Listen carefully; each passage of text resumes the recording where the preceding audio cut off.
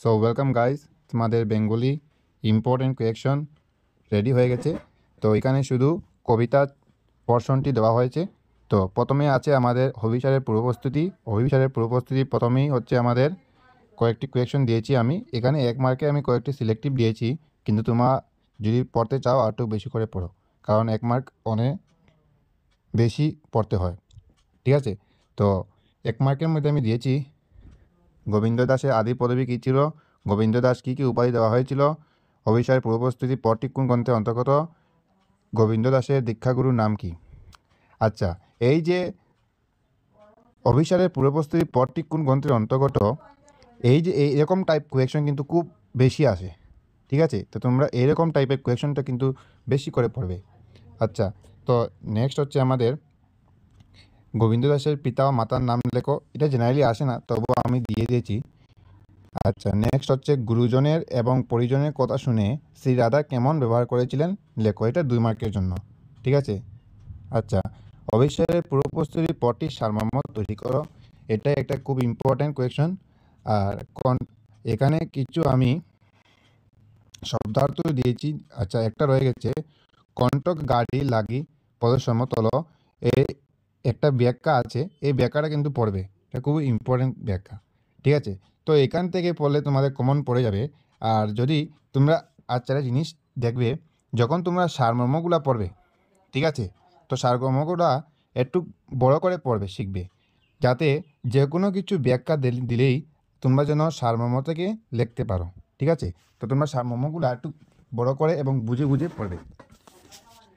আচ্ছা, তো আমাদের এখানে কোয়েকশন আনসার শেষ, অভিসারের পূর্বপ্রস্তুতি। নেক্সট হচ্ছে শব্দার্থ। এখানে দিয়েছি কণ্ঠক, মঞ্জির, চির, মন্দিরে, বামিনী, বধির। এই শব্দার্থগুলো দেখবে। আচ্ছা, এখন নেক্সট হচ্ছে আমাদের অন্নদার আত্মপরিচয়। তো অন্নদার আত্মপরিচয় চ্যাপ্টারটি অনেক বড় এবং এই কবিতাটা কিন্তু খুব হার্ড। তো তোমাদের কবিতাটা বুঝতে হবে, আর যদি কবিতাটা বুঝে নাও তাহলে তোমাদের এত হার্ড লাগবে না কোয়েশ্চেনগুলো যখন বানাবে। তো তোমরা এখানে কিছু সিলেক্টিভ কোয়েশ্চেন আমি দিয়েছি, তোমরা দেখে নিতে পারো অন্নদার আত্মপরিচয় থেকে। অন্নদার আত্মপরিচয় কবিতাটি কোন কাব্যগ্রন্থের অন্তর্গত, পাটনি বাক্যে মাতা হাসিয়া অন্তরে মাতার পরিচয় দেওয়া মাতাকে আসলা, জীবন স্বরূপা সে স্বামীর শিরোমণি। এখানে জীবন স্বরূপা বলতে কাকে বোঝানো হয়েছে, সেউতি বলতে কি বুঝো। আর নেক্সট হচ্ছে পঞ্চমুখ শব্দের দ্ব্যর্থবোধক দিক নির্দেশ করো। পঞ্চমুখ বলতে কি বোঝানো হয়, 2টা মিনিং পঞ্চমুখ বলতে আমরা জানি, একটা হচ্ছে শিব, আর একটা হচ্ছে মানে কথা কোথায় সব নিপুণ বা তোমার ঝগড়াগুড়া করতে পারে। এইটা হচ্ছে আমার মনে হচ্ছে এটা ইম্পর্টেন্ট। আচ্ছা, নেক্সট হচ্ছে না মরে পাষাণ বাপটিকে। 7 নম্বর হচ্ছে অভিমানে সমুদ্রে ঝাঁপ দিল ভাই, বক্তার ভাইকে তার সমুদ্রে ঝাঁপ দেওয়ার পৌরাণিক প্রসঙ্গটি বুঝিয়ে লেখো। 8 নম্বর হচ্ছে সিদ্ধিতে নিপুণ, সিদ্ধি কথাটির 2টি অর্থ কী কী, কুকথায় পঞ্চমুখ কণ্ঠভরা বিষ, কেবল আমার সঙ্গে দ্বন্দ্ব হয়নিস, উদ্ধৃত পঙ্ক্তিদ্বয়ে দ্ব্যর্থবোধক ভাষার যে কথা বলা হয়েছে তা বুঝিয়ে লেখো।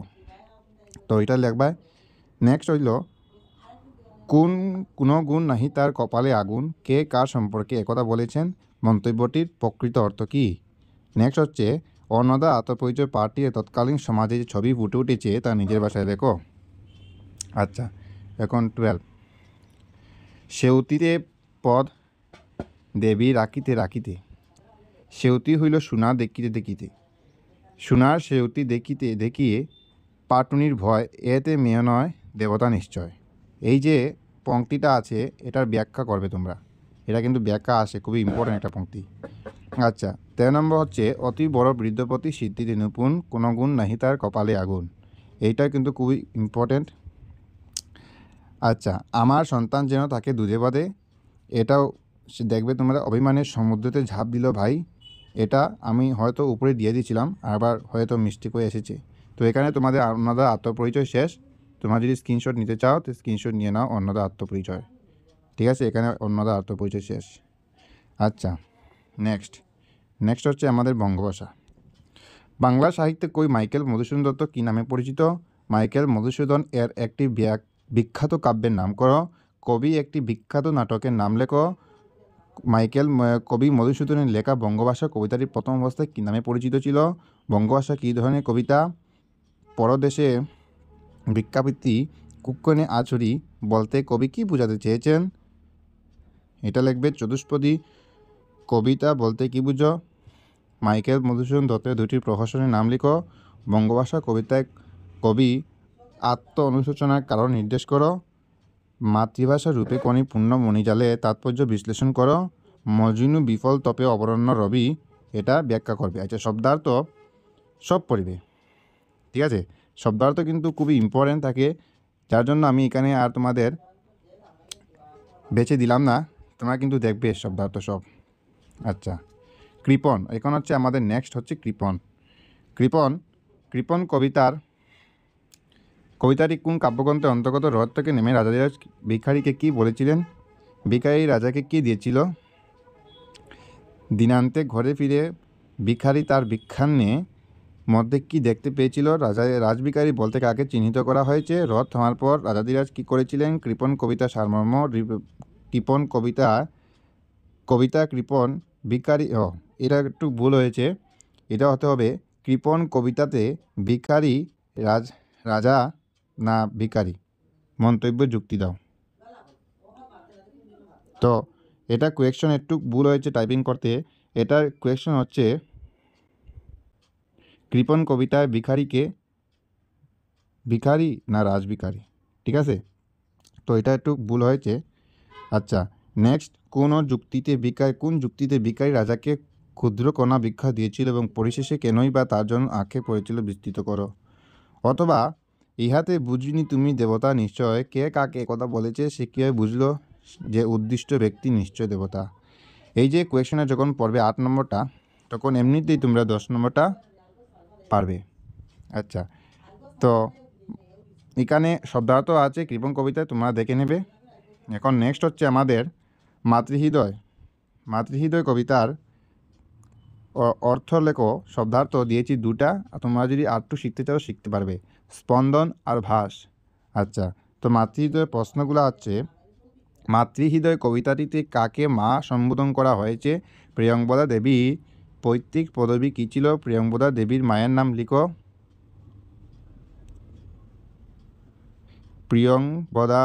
প্রিয়ংবদা দেবী বাইবেলের কিছু অংশ অনুবাদ করেছিলেন, সেই গ্রন্থের নাম কি? শিখাও আমায় সেই পূর্ণ রহস্য মন্ত্র মার মহিমায়। নিহিতার্থ ব্যাখ্যা লেখো। তবু ফুটেতেছে ফুল, জ্বালিয়েছ আলোক উজলিয়া রাতি দিন দুর্লভ ভুলক। এটা ব্যাখ্যা করবে, দেখবে তোমাদের বইয়ে আছে। কবিতার সারমর্ম তোমরা শিখবে, ঠিক আছে? তো এখানে কয়েকটি সিলেক্টিভ কোয়েশন দিয়েছি, অনেকটাই আছে তোমাদের বইয়ে, তো তোমরা এগুলো পড়লে কিন্তু কমন পড়ে যাবে।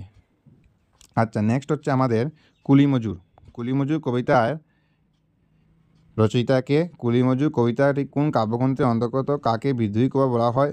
বিদ্রোহী কবিতা কিন্তু অনেক আসে, এটা কিন্তু একবার দেখবে, এটা কিন্তু খুবই ইম্পর্টেন্ট, ঠিক আছে? কুলিমজুরটা।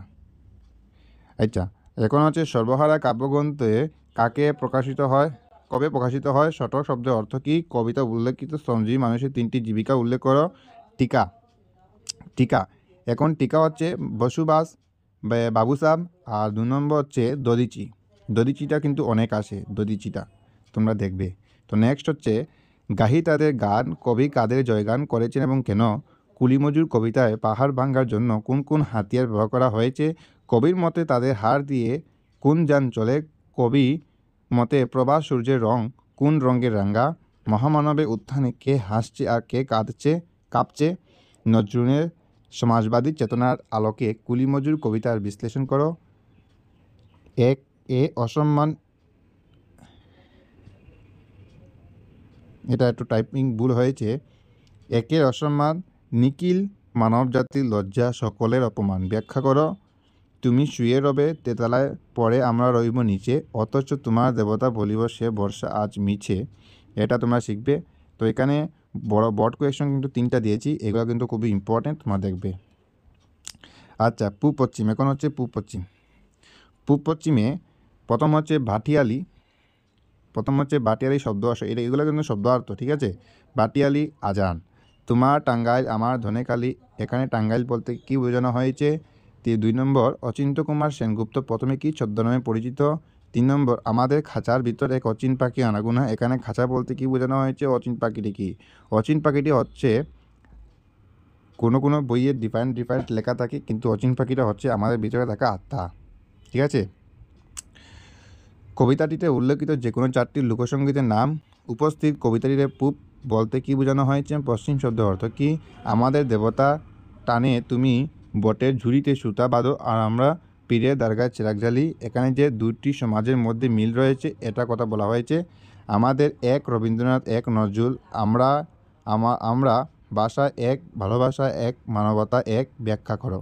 ঠিক আছে, তো এটা কিন্তু তোমরা ব্যাখ্যাগুলো দেখবে, খুবই ইম্পর্টেন্ট ব্যাখ্যা। ঠিক আছে।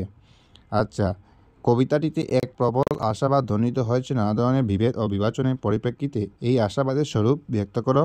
পূর্ব পশ্চিম কবিতায় বাংলার ভাষাগত ব্যবধানকে কবি কীভাবে ব্যক্ত করেছেন? এখন শব্দার্থ দিয়েছি কেউ একটা, টিকা লেখো। এইগুলো টিকা আর শব্দার্থই। সারি জারি অথবা দদিচি, বাউল, গম্ভীরা, অচিন্ত্য কুমার সেনগুপ্ত, জামদানি, ধনেখালি, টাঙ্গাইল, বাউল, গম্ভীরা, পিয়ালি। আচ্ছা, খরা কবিতা থেকে কয়েকটি দিয়েছি। খরা কবিতার কবিকে, কবির মৃত্যু কবে হয়েছিল, কবির মৃত্যুটা কিন্তু খুবই আসে, তোমরা বারবার দেখবে। আচ্ছা, খরা কবিতা কবিকে, প্রথম কবির মৃত্যু, খরার ফলে কি হয়েছে, কবিতাটির সারমর্ম, এখানেই শেষ নয়, এটা হতে হয়েছিল, এখানেই শেষ নয়, এইসবের শুরু ব্যাখ্যা করো। বালি তুলে বালি তুলে বালি তুলে বাড়ি।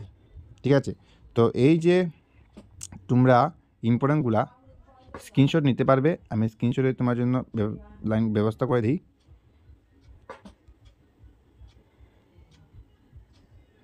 তোমরা স্ক্রিনশট নিয়ে নাও। এই দেখো, তোমরা স্ক্রিনশট নিতে পারবে। তো নেক্সট স্ক্রিনশট,